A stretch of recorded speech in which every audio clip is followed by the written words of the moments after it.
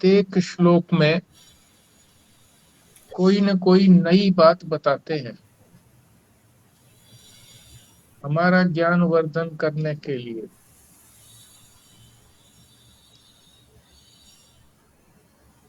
शब्द से हम उस रहस्य को नहीं समझ पाते, पर जब महापुरुष जो हैं उसको समझाते हैं तो बड़ा आनंद आता है। तो इस श्लोक में भी जो नई बात आएंगी, आपने उनको ध्यान से ग्रहण करना है। केवल सुनना भर नहीं है, ग्रहण करना है।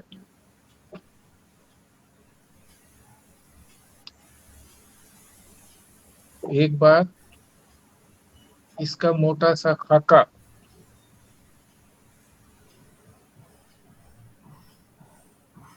पहले बता दिया जाए ताकि डिटेल विस्तार से समझने में सरलता रहे। पिछले श्लोक में भगवान ने कर्म प्रारंभ होने के लिए 3 शब्द कहे थे।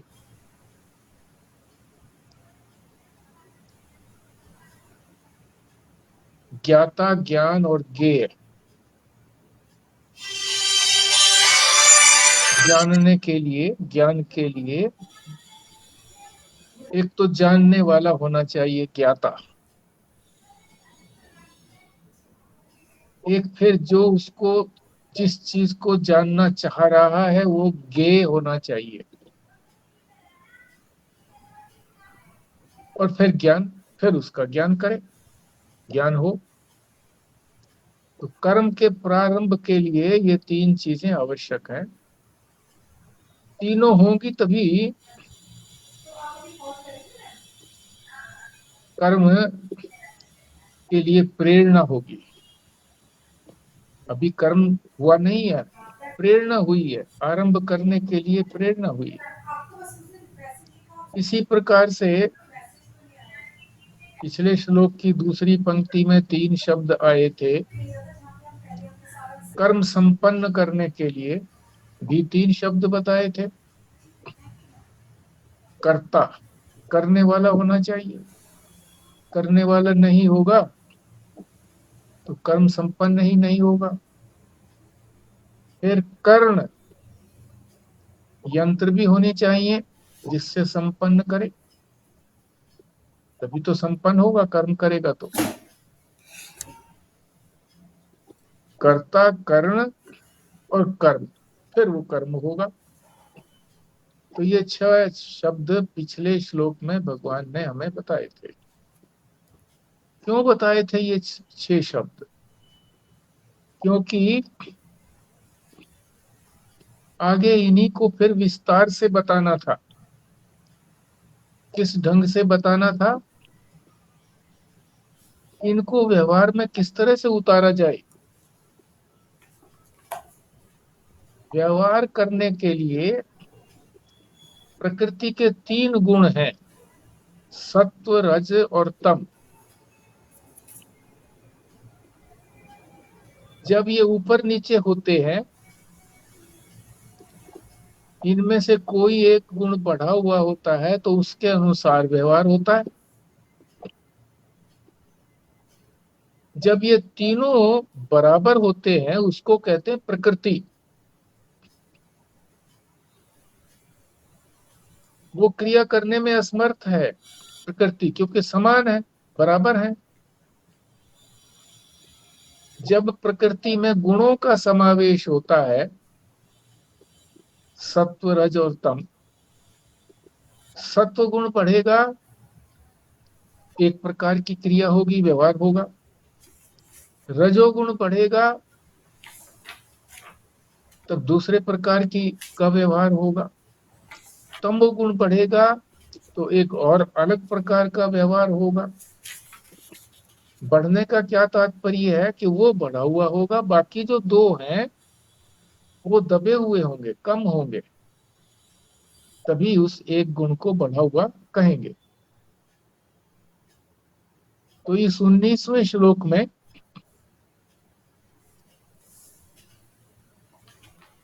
इन्हीं 6 को बता रहे हैं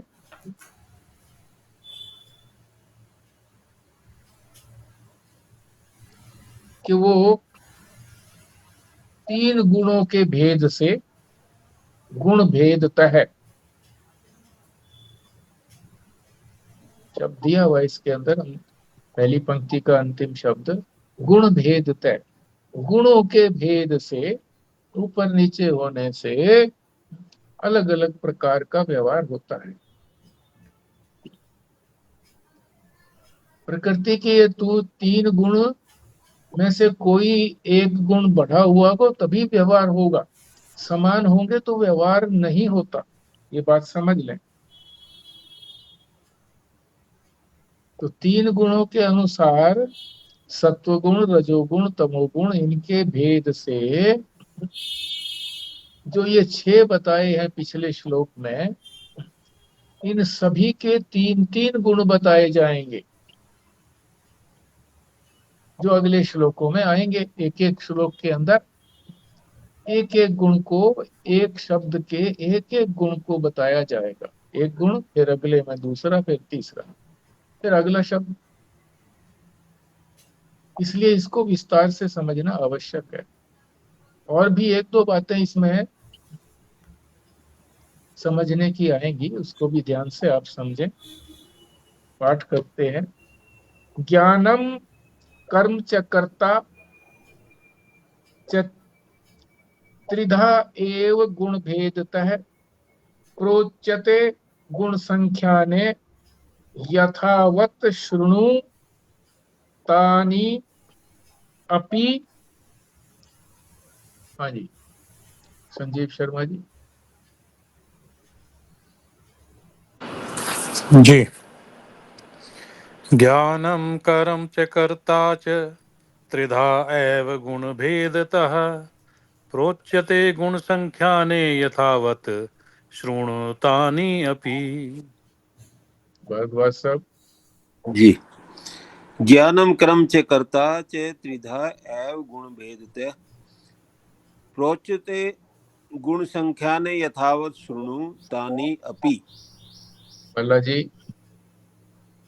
जी। ज्ञानं कर्म च कर्ता च त्रिधा एव गुणभेदता प्रचोयते गुणसंख्याने यथावत् शृणु तानि अपि। स्वस्तिका जी। हाँ जी। ओम।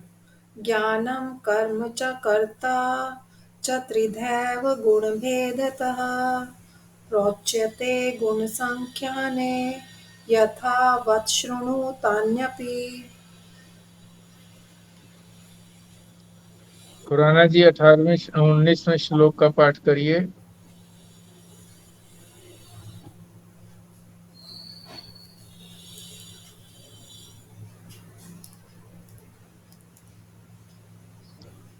ठीक है, अभी तैयार नहीं है वो,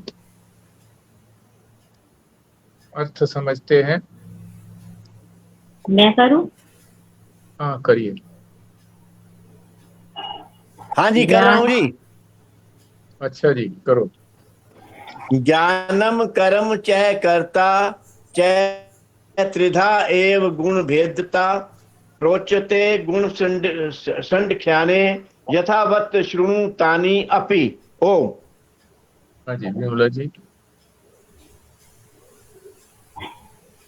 ज्ञानं कर्म च कर्ता च त्रिधा एव गुणभेदता प्रोच्यते गुणसंख्याने यथावत् गुणानि अपि।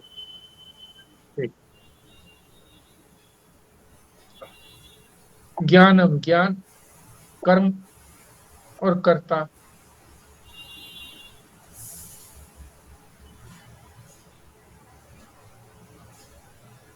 कर्ता का मतलब हो गया जो कर्म करने वाला है, और कर्म का मतलब हो गया क्रिया मात्र।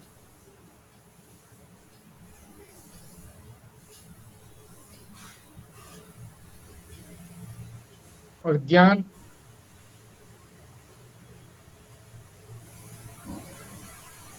त्रिधैव, त्रिधा एव,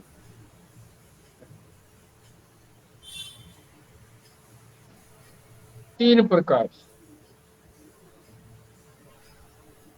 गुण भेद तय, गुणों के भेद से, गुणों के भेद कौन कौन से हैं? सत्व रज और तम। सत्व रज और तम के भेद से इन तीनों को अलग अलग बताएंगे। प्रोच्यते, बताऊंगा, भगवान कह रहे हैं बताऊंगा, तीनों को गुणों के भेद से बताऊंगा। गुण संख्याने, गुण संख्याने को भी समझना पड़ेगा। गुण और संख्याने को अलग अलग समझना पड़ेगा। संख्या का तात्पर्य है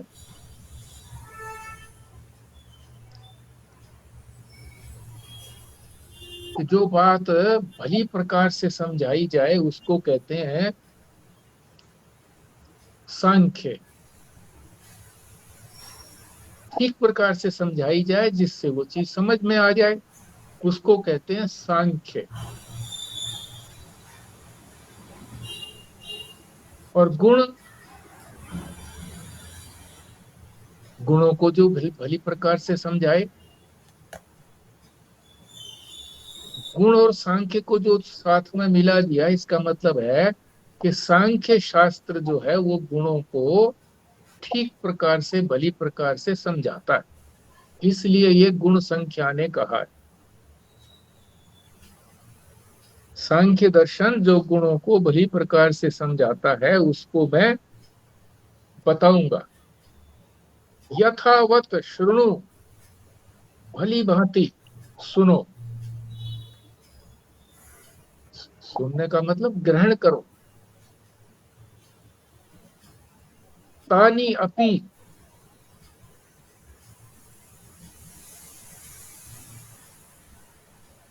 अन्य शास्त्रों ने जो बात कही है उसको भी इसमें जोड़ दिया गया है। तानी अपि, अन्य शास्त्र से। गुणों के भेद से क्यों बता रहे हैं ये? गुणों के भेद से क्योंकि सारा जीवन जो है वो, जीवन का जो व्यवहार है, व्यवहार होता है तभी तो जीवन का पता लगता है कि जीवन है, जिंदा है आदमी, गुणों से चलता है। इसलिए गुणों के भेद को भगवान बता रहे हैं। ये तो क्या जरूरत थी गुणों को बताने की, बीच में लाने की। और गुणों को जो बताने वाला शास्त्र है वो है सांख्य।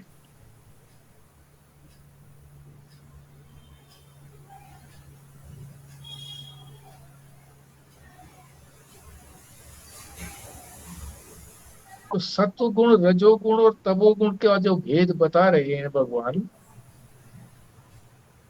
ये कैसे पता लगा, कहां से पता लगा? वेदों में तो है नहीं। वैदिक लोग तो वेद को ही प्रमाण मानते हैं, वेदों में तो ये आया नहीं है गुणों का वर्णन कहीं पर भी।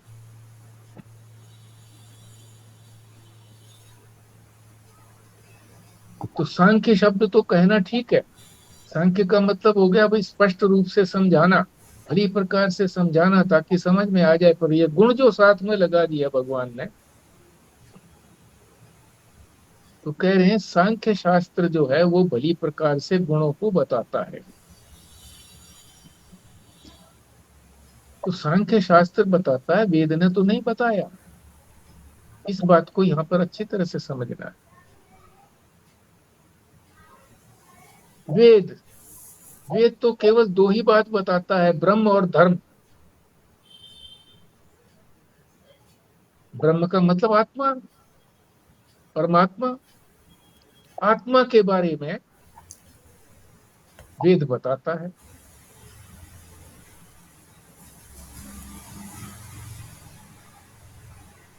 और आत्मा का जो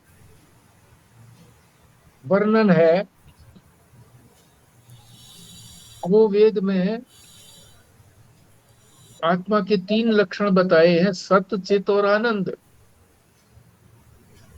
तीनों कहने से ही वो आत्मा अखंड मालूम पड़ती है कि तीनों उसके अंदर एक जैसे हैं, आत्मा अखंड है।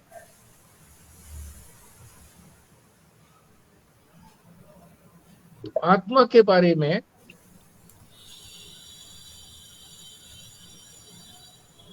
कौन बताता है? गौतम महर्षि।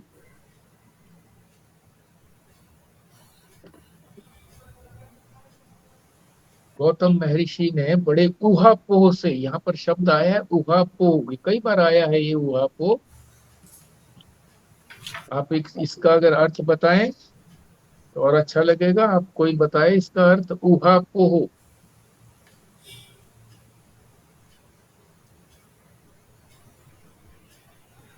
ये ऊहा का मतलब है संशय, और पोह का मतलब है उसका निवारण। बिल्कुल ठीक है। ऊहा माने संशय और अपोह माने उसको, उसका समाधान, प्रश्न और उसका उत्तर। तो गौतम महर्षि ने बड़े ऊहापोह से, तर्क वितर्क से, संशय और समाधान से संशय उठाया, फिर उस संशय का दूर किया। किसी ने उठाया, उस संशय को दूर किया।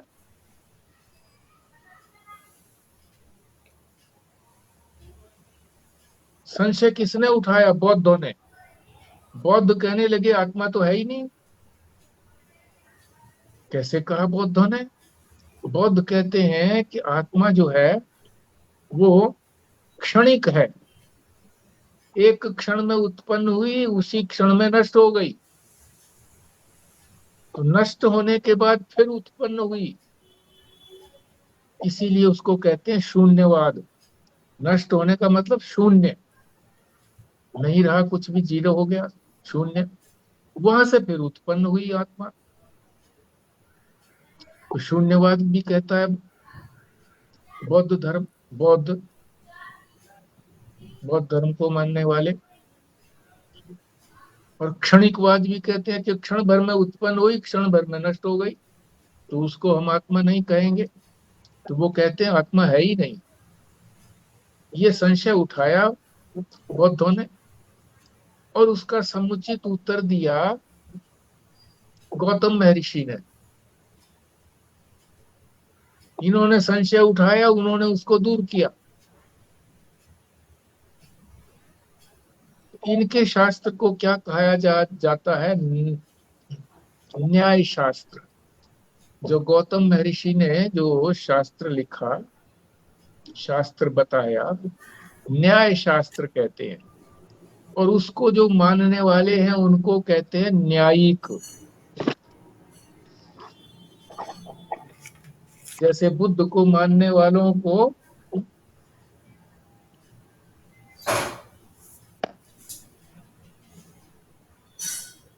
बुद्धि कहते हैं, उनको भी बौद्ध कहते हैं। बौद्ध कहते हैं। बुद्ध को मानने वालों को बौद्ध कहते हैं। इसी तरह से न्यायिक बोलते हैं।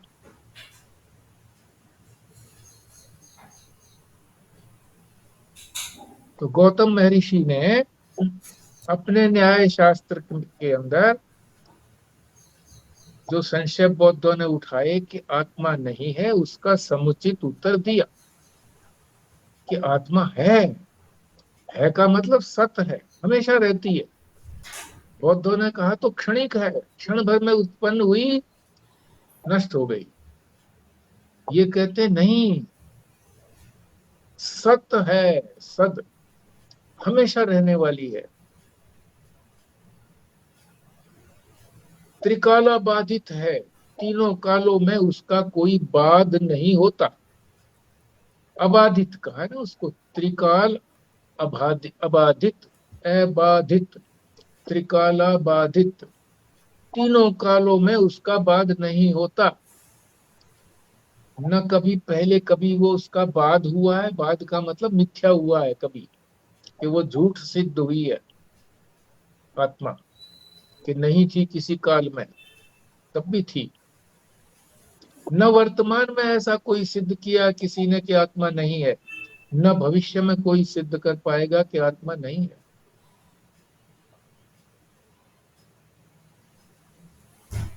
अनादि है, जिसकी आदि नहीं है, शुरुआती नहीं है,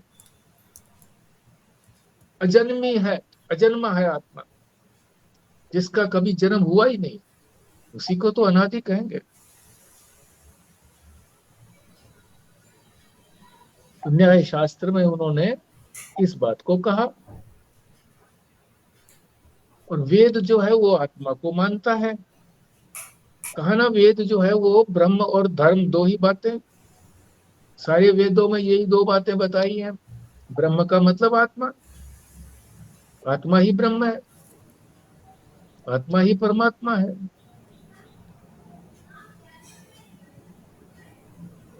तो जब उसने इस बात को सिद्ध कर दिया तो वेद को कोई ऐतराज नहीं है। वेद अब उसको दोबारा से स्पष्ट करने की जरूरत नहीं है। वेद को आत्मा के बारे में जो भी शंका उठेगी तो कह देंगे कि गौतम महर्षि का जो न्याय शास्त्र है उसको समझिए, न्यायिकों से तर्क कीजिए, वो आपको जवाब देंगे, आप शांत हो जाएंगे। तो वेद को अपनी तरफ से कोई प्रयत्न करने की आवश्यकता नहीं है। आत्मा को सिद्ध कर दिया कि आत्मा सत है। यही तो तर्क करते हैं ना, आधुनिक योग लोग यही तर्क करते हैं कि आत्मा दिखता तो है नहीं, तो आत्मा है कि नहीं है पता नहीं।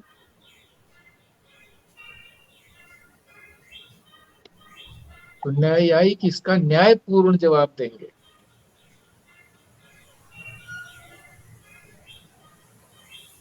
तो वेद की जो बात है कि आत्मा जो है वो सच्चित आनंद है, तो सत्य की बात तो उसने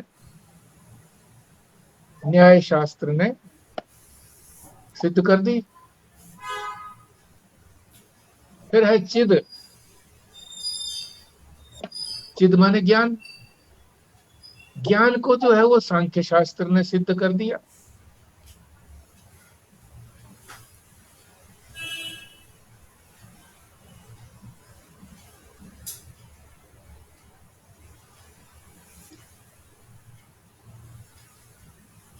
न्यायिक लोग जो अभी बताया था ये कहते हैं कि नहीं, आत्मा ज्ञान स्वरूप नहीं है। आत्मा का जब मन के साथ संयोग होता है तब ज्ञान उत्पन्न होता है।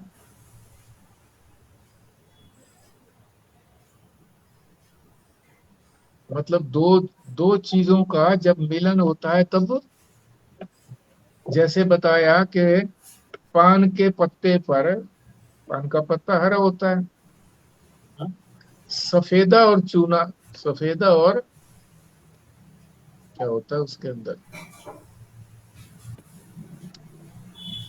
हाँ वो जो लाल लकड़ी की होती हाँ है, अत्था, हाँ अत्था और चूना जब दोनों मिला दिए जाते हैं तब लाल पैदा होता है, उससे पहले तो लाल है नहीं।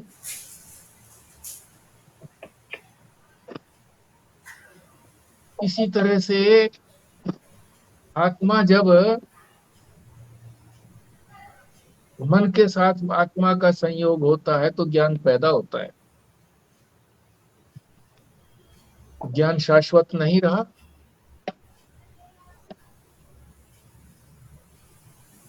इस बात को सांख्य शास्त्र सिद्ध करता है कि आत्मा का स्वरूप ही ज्ञान है, पैदा नहीं होता है ज्ञान, स्वरूप ही ज्ञान है आत्मा का। आत्मा का एक स्वरूप तो बता दिया था, सत है। सांख्य शास्त्र ने इसको सिद्ध कर दिया कि ये जो है आत्मा, ये ज्ञान स्वरूप ही उसका ज्ञान है। तो स्वरूप जो है वो कभी मिटता नहीं है, हमेशा बना रहता है। आग का क्या स्वरूप है? गर्म होना। जहां होगी आग वहां गर्मी अवश्य होगी।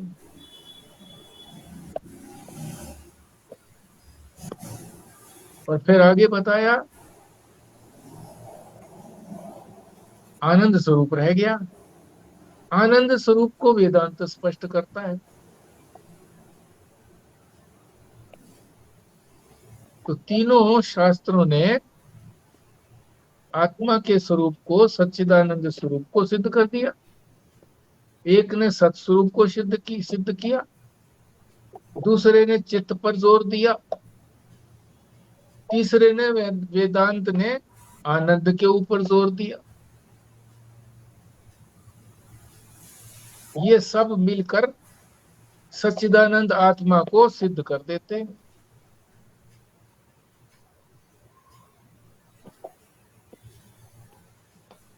यही जो शास्त्र है, सांख्य शास्त्र,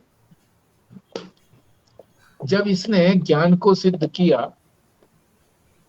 कि आत्मा ज्ञान स्वरूप है, तो इसका मेल खा गया ना वेद से। और इसी के अंदर जो है गुणों का वर्णन है, 3 गुणों का।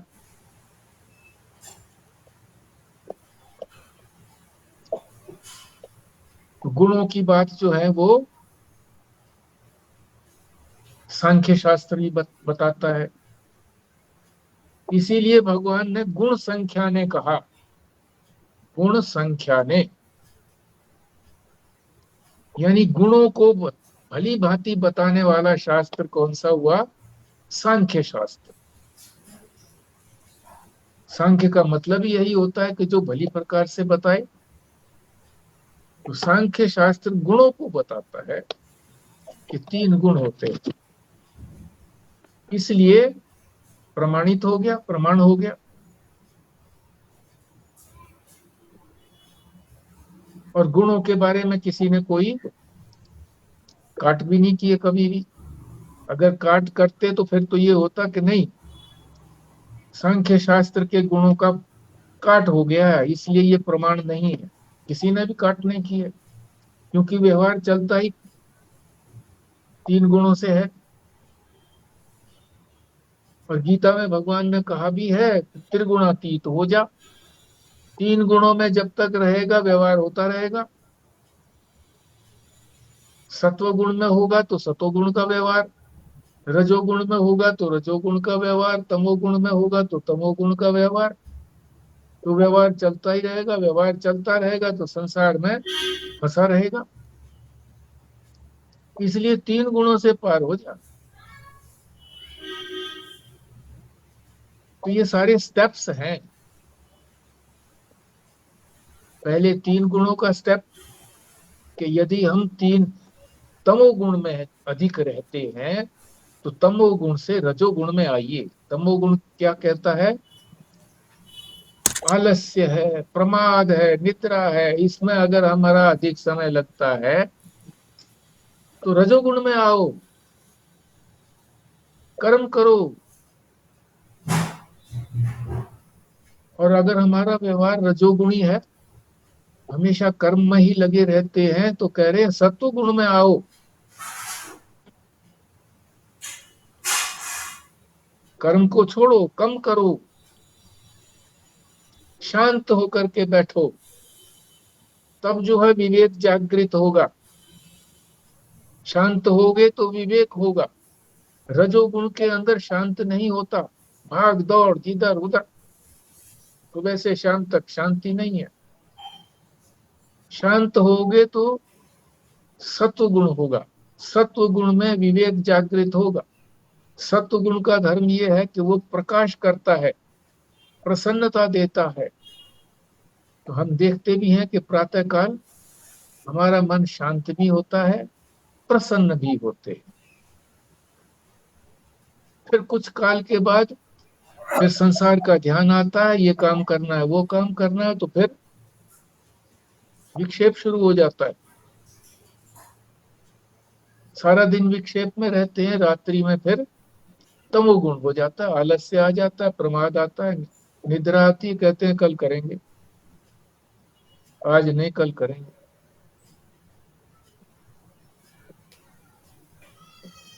इसी को भगवान 19वें श्लोक में बता रहे हैं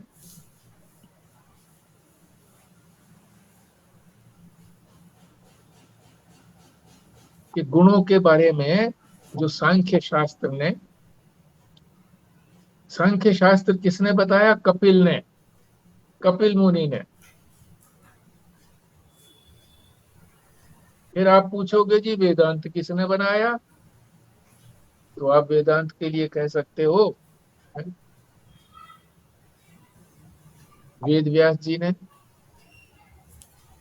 उनको वाद नारायण भी कहते हैं, वाद नारायण। ये भी कह सकते हो आज शंकराचार्य ने, आदि गुरु शंकराचार्य ने। बनाया क्या? उन्होंने दर्शन करके हम लोगों तक पहुंचा दिया, बस। अब इनको तीनों महापुरुषों को या महर्षियों को याद कैसे रखा जाए? कौन सा शास्त्र किसने लिखा है, कैसे याद रखना चाहिए? तो याद करने की भी कला आप लोगों को आती ही होगी। सभी जो हैं वो ग्रेजुएट लेवल तक तो सभी पढ़े हुए हैं, पोस्ट ग्रेजुएट भी हैं। पाठ अपना याद करते थे। बहुत सारी चीजें याद करने के लिए हम एसोसिएशन कर लेते थे, किसी के साथ संबंध बना लेते थे। जैसे हमारी आंख की बीमारियां 20-25 होती थी, और वो एक एक को कैसे याद रखें? तो एक सेंटेंस बना लेते थे। तो सेंटेंस बना करके उस सेंटेंस के शब्दों के अनुसार, पहला जो शब्द आया उसके अनुसार उसको हम याद हो जाता था। आंख के, कान के, इसी तरह से बहुत सी बीमारियां होती थी, तो इस तरह से याद की जाती थी। तो आपने भी ये तरकीब अपना ली होगी। इसको तो यहाँ भी इसको न्यूमोनिक्स बोलते हैं। निमोनिक्स। अच्छा, निमोनिक्स। तो यहाँ भी तरकीब अपना लो। जो पहले एक महर्षि हैं वो कौन है? गौतम, जिन्होंने आत्मा को सिद्ध किया है, सब स्वरूपता आत्मा की सिद्ध की है। गौतम जो है जी से शुरू होता है, जी। फिर आते हैं सांख्य शास्त्र वाले, कपिल हैं उनके, कपिल मुनि, वो के से शुरू होता है। तीसरा है वेदांत, वी से शुरू होता है वेदांत। तो जब हमारा ABCD का क्रम है तो सबसे पहले क्रम किसका आएगा? जी का। उसके बाद आएगा के,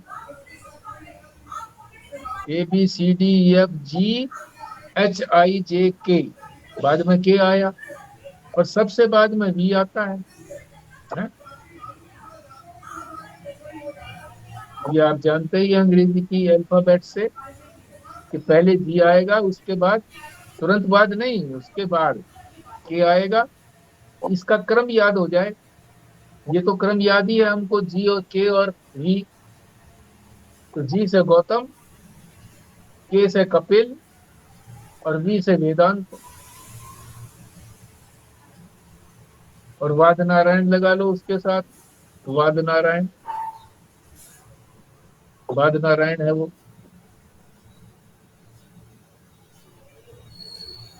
तो ये हमारे 19वें श्लोक को, जिसमें भगवान ने जो है ना नई बातें क्या बताई हैं हमको,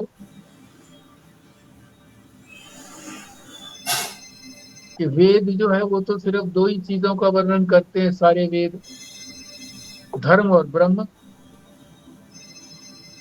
इसको ये भी कह सकते हो कर्म, धर्म माने कर्म और ब्रह्म माने ज्ञान। कर्म और ज्ञान, या ये भी कह सकते हो धर्म का मतलब क्या करना, यानी विधि निषेध, और इधर क्या कहो? आत्मा कहो, भगवान कहो, ब्रह्म कहो, एक ही बात है। इसी तरह से धर्म कहो, कर्म कहो, विधि निषेध कहो, एक ही बात है। तो ये बात नहीं बताई है। और इनके जो प्रणेता हैं वो बता दिए। कौन कौन प्रणेता हैं? गौतम है, कपिल है और वाद नारायण है। कौन कौन से शास्त्र हैं?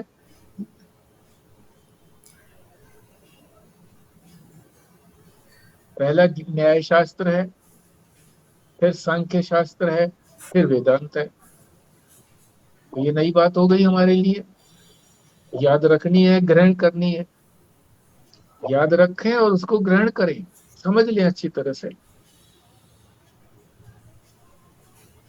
और भगवान ने ये इसलिए बताया है कि अब इन तीनों का हम सबका एक एक करके 3 सत्व, रज और तम आगे बताएंगे। इस श्लोक में तो इतना ही कहा है कि बताएंगे आगे। अगले 20वें श्लोक में जो है वो सत्व गुण ज्ञान का बताएंगे। सबसे पहले ज्ञान के सत्वगुण, रजोगुण, तमोगुण। जब ज्ञान होता है और सत्व गुण बढ़ा होता है तो किस तरह से व्यवहार होता है ये बताएंगे। इसी तरह से आगे बताते चले जाएंगे। तो ये हमारा 19वां श्लोक संपूर्ण हुआ। अब आप शेयर कीजिए।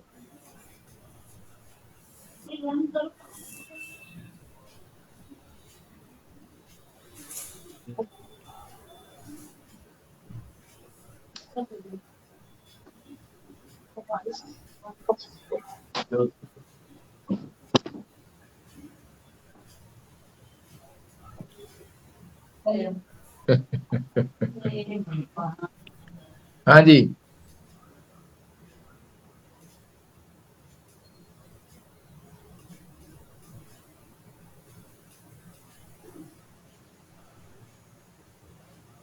हाँ जी, मेरी आवाज आ रही है आप लोगों को? हाँ, आवाज आ रही है, वीडियो नहीं आ रही। हाँ, वीडियो तो वो लाइट चली गई इसलिए नहीं आ रही वीडियो। अच्छा। ठीक है, आवाज सही काम चलेगा तो शेयर करना है क्या?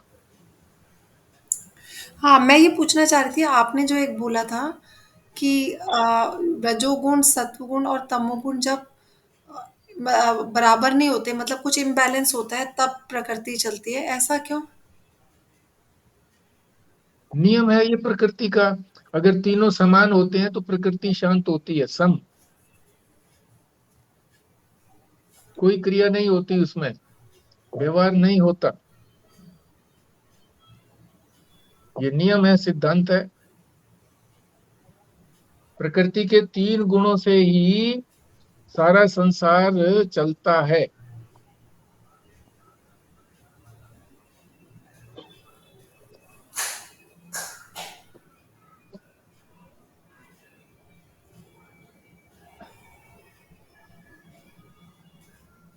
व्यवहार जब 3 गुणों से पार हो गया कोई व्यक्ति, तो फिर व्यवहार तो रहता नहीं है ना उसका।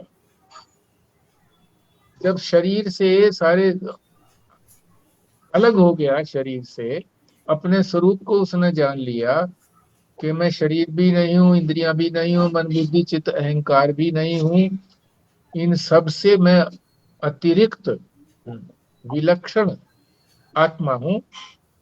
तो आत्मा में कोई व्यवहार नहीं है। व्यवहार तो तभी होता है जब कोई उपाधि धारण की जाती है, तो ये गुण भी उपाधि है।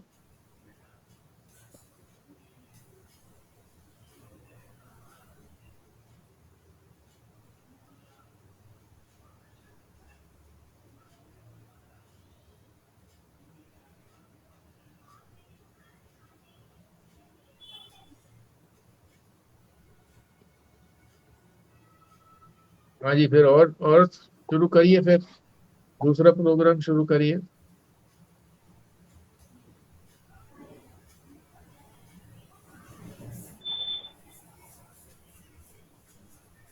ये गौतम ऋषि ने तो न्याय शास्त्र बनाया हाँ जी, और सांख्य शास्त्र कपिल मुनि ने।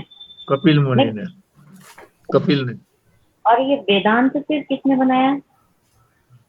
वेदांत को कहिए आप वाद नारायण या वेद व्यास जी ने कही है। अच्छा, वेद व्यास जी ने, ठीक है। बनाया नहीं, ये अंतिम निर्णय है वेदों का। वेदों के अंतिम निर्णय को कहा है इन्होंने कि वेद जो है वो दो ही बात कह रहे हैं, धर्म और ब्रह्म। वेदांत जो है वो यही दो बातें कहता है। तो अगर टाइम के हिसाब से भी देखें, जैसे क्रोनोलॉजिकल ऑर्डर कहते हैं, उसमें हम्म। कौन पहले और कौन बाद में, ये भी कुछ है? क्योंकि पहले तो वेद आएंगे, फिर तो वेदांत आएगा ना।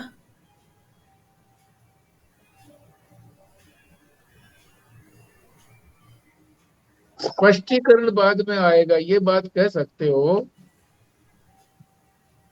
अंतिम निर्णय जिसने, मतलब जो हमारे सामने आया, उसको आप समय के हिसाब से कह सकते हो कि हमें बाद में समझ में आया। निर्णय तो पहले ही था कि वेद बात यही दो बताता है, ये तो पहले से ही था।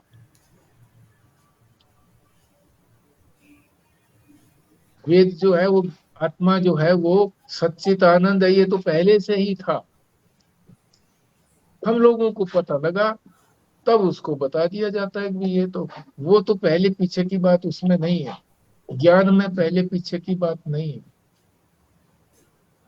कि सत पहले आया, चित पहले आया, ज्ञान पहले आया, ऐसा कुछ नहीं है।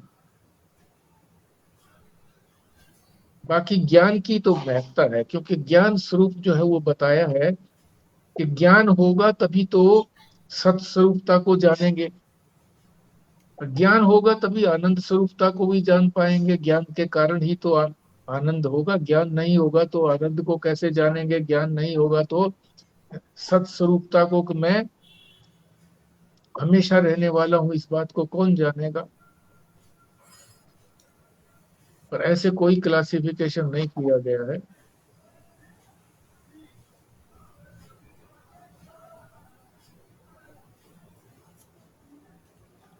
ये हमें कैसे पता लगता है कि हम ज्ञान स्वरूप हैं?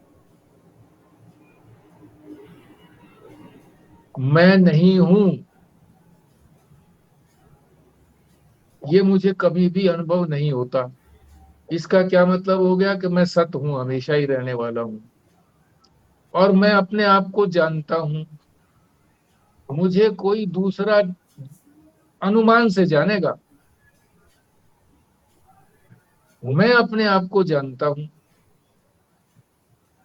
इसलिए मैं ज्ञान स्वरूप हूं। इसीलिए मुझे ज्ञान की जिज्ञासा भी रहती है। हर आदमी कुछ न कुछ जानना चाहता है। हर आदमी आनंद प्राप्त करना चाहता है, इसलिए आनंद भी स्वरूप है मेरा। हर आदमी चाहता है कि मैं हमेशा बना रहूं, इसीलिए उसकी खोज होती है कि मैं हमेशा बना रहूं। ये उसका स्वरूप है। सत भी स्वरूप हुआ, ज्ञान भी स्वरूप हुआ कि मैं अपने आप को मैं जानता हूं, मैं हूं और मैं जानता हूं। ये बात मेरे सिवाय और कोई नहीं जानता। दूसरे जो जानेंगे वो अनुमान से जानेंगे।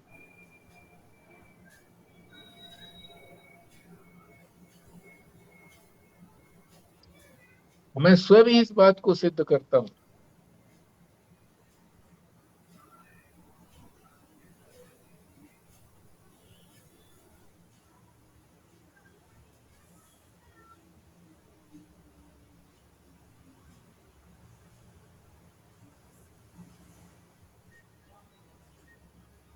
हाँ जी भारद्वाज साहब, फिर आप पढ़ेंगे?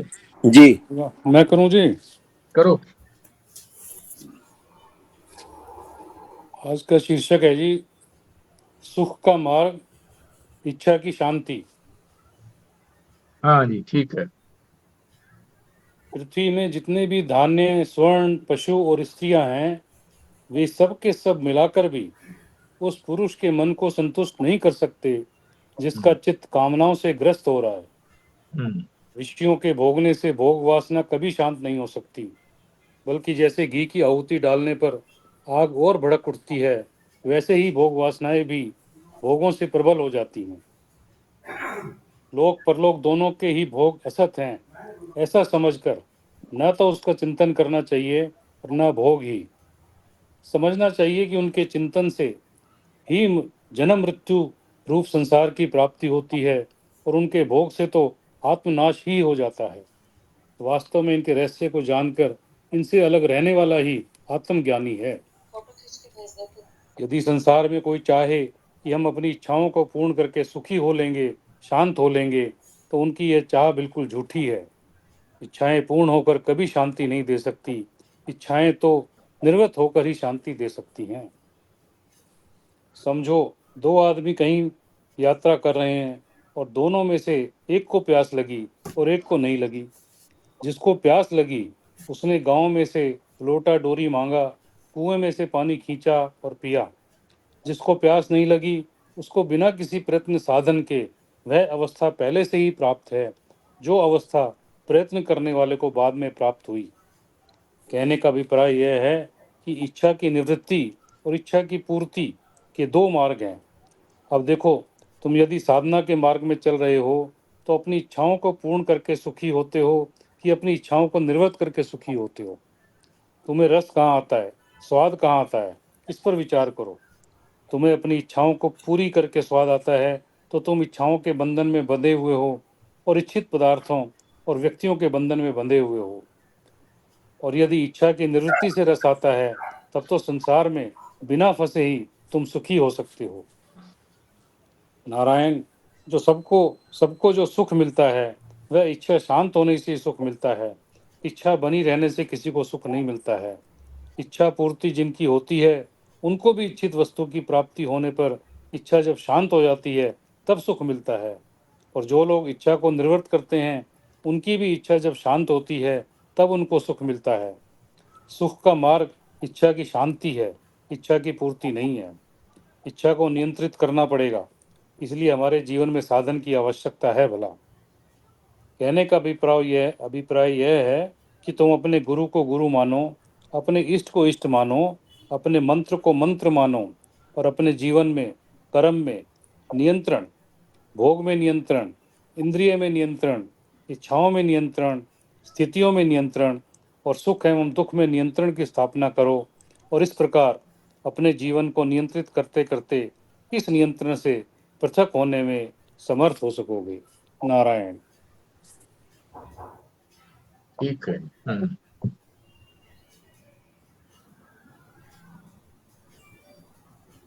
थोड़े शब्दों में, अपने शब्दों में बताइए अपना अपना। सभी प्रयत्न करें। सबने सुना है और जितना ग्रहण किया है उसको शब्दों में प्रकट करिए। 2-3 लाइन में तो ये है जी कि विषयों के भोगने से भोग वासना कभी शांत नहीं हो सकती। नंबर 1। तो इसमें 2 मार्ग बताया उन्होंने, इच्छा की पूर्ति और इच्छा की निवृत्ति। इच्छा की पूर्ति से भी शांति नहीं मिल सकती, क्योंकि इच्छाएं हम लोग देखते हैं एक के बाद दूसरी के बाद तीसरी के बाद चलती रहती है। और तो इसमें बताया इच्छा को नियंत्रित करना, सभी चीजों को नियंत्रण की बात कही है, क्योंकि जब सभी नियंत्रण में रहेंगी, कर्म में नियंत्रण, भोग में, इंद्रिय में, इच्छाओं में, स्थितियों में नियंत्रण, तो ये इस प्रकार जीवन को नियंत्रण करते करते इस नियंत्रण से पृथक होने में समर्थ हो सकेंगे। ये इसका सार है। ठीक है।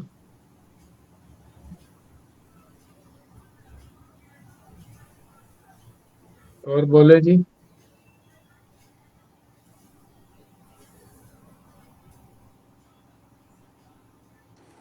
निवृत्ति में ही अंतिम सुख है जी।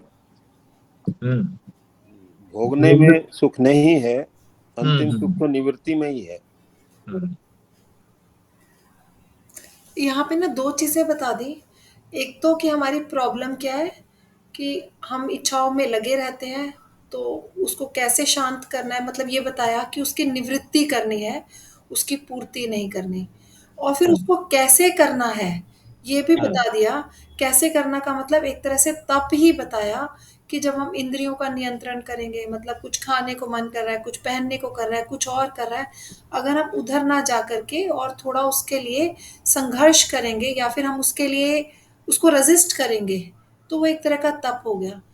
तो प्रॉब्लम ये है कि हम इच्छाओं की पूर्ति में लगे रहते हैं, जबकि निवृत्ति में लगना चाहिए। और वो कैसे लगेंगे, तप के द्वारा हम उनको निवृत्त कर सकते हैं, उनसे निवृत्त हो सकते हैं।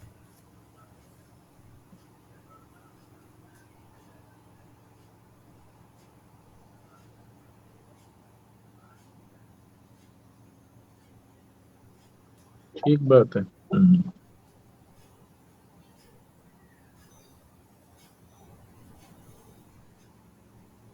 भोग की निवृत्ति ही तप है।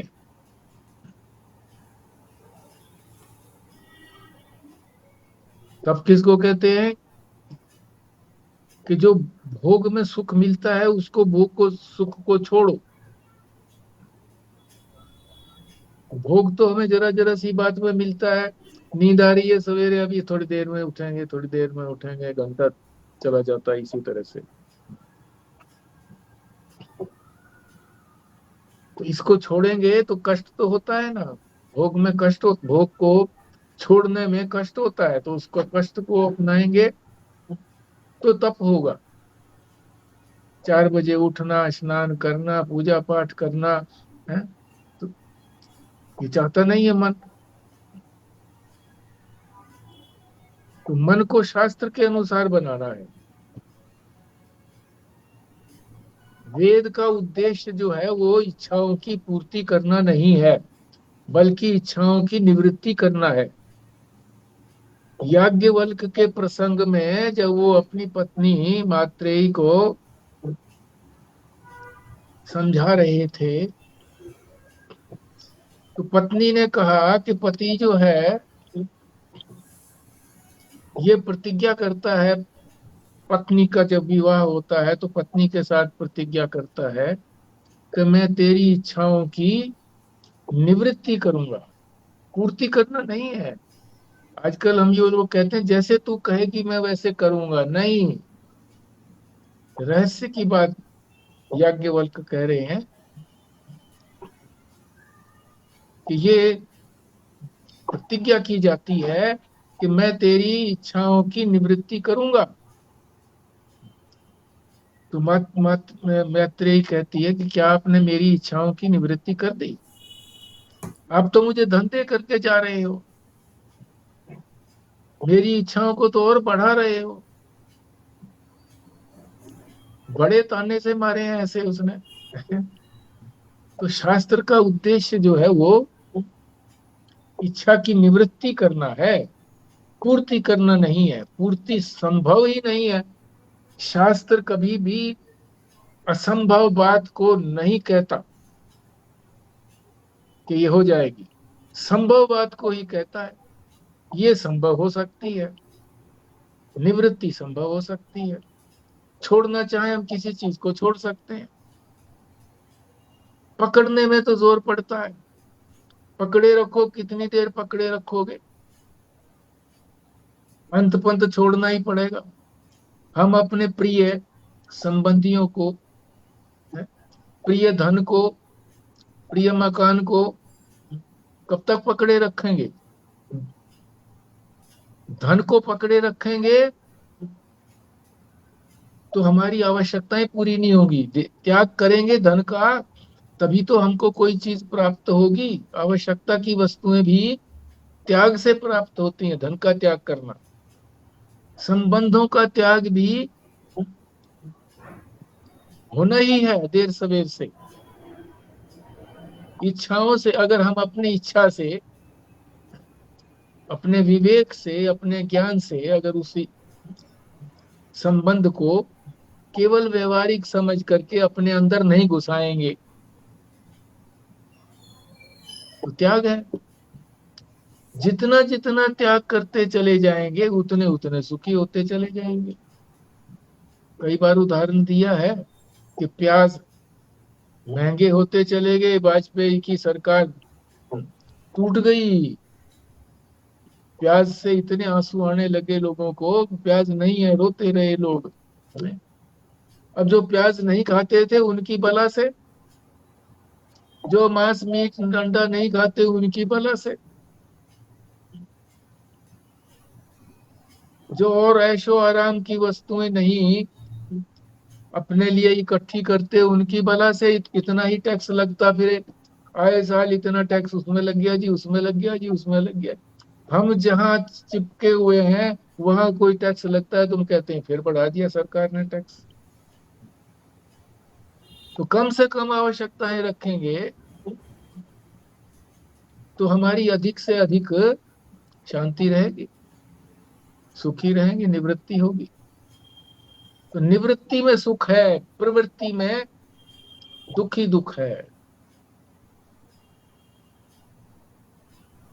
फिर कहा है प्रवृत्ति रूप निवृत्ति, ऐसी प्रवृत्ति करें कि वो निवृत्त हो जाए उससे। अब जो यहाँ जो बताया कि हम अपने आप को नियंत्रित करें भोग में, हर एक प्रकार के भोग में, भोग कौन करती हैं? इंद्रियां करती हैं, मन बुद्धि करती है। इनको नियंत्रित करें, पहले नियंत्रित करें तो ये हमारे काबू में आएंगे, एकदम छोड़ा नहीं जा सकता। इनको पता लग जाएगा कि हाँ ये हमारे को नियंत्रित कर सकते हैं, तो फिर हम छोड़ भी देंगे तो भी आपत्ति नहीं है इनको। इतने दुर्बल हो जाएंगे ये कि फिर विरोध नहीं कर पाएंगे। इसीलिए जो हमारी ये सनातन धर्म की परंपरा है कि सोमवार को व्रत करो, ये व्रत आ गया, वो व्रत आ गया, सारे संयम करने के व्रत हैं। संयम पहले पहले संयम।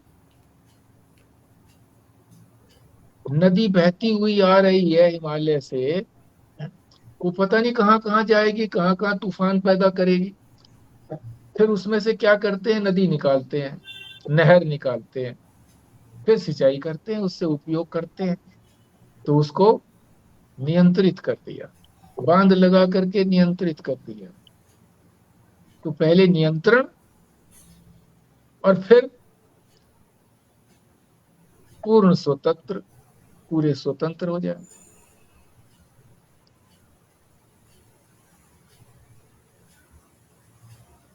हाँ जी।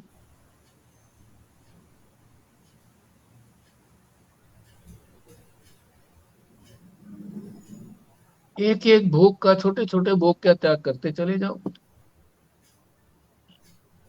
भोजन में भी इसी तरह से, नमक कम है तो कम खाओ, ज्यादा है तो ज्यादा खा लो, थोड़ा थोड़ा लगा के खा लो, नो कंप्लेंट।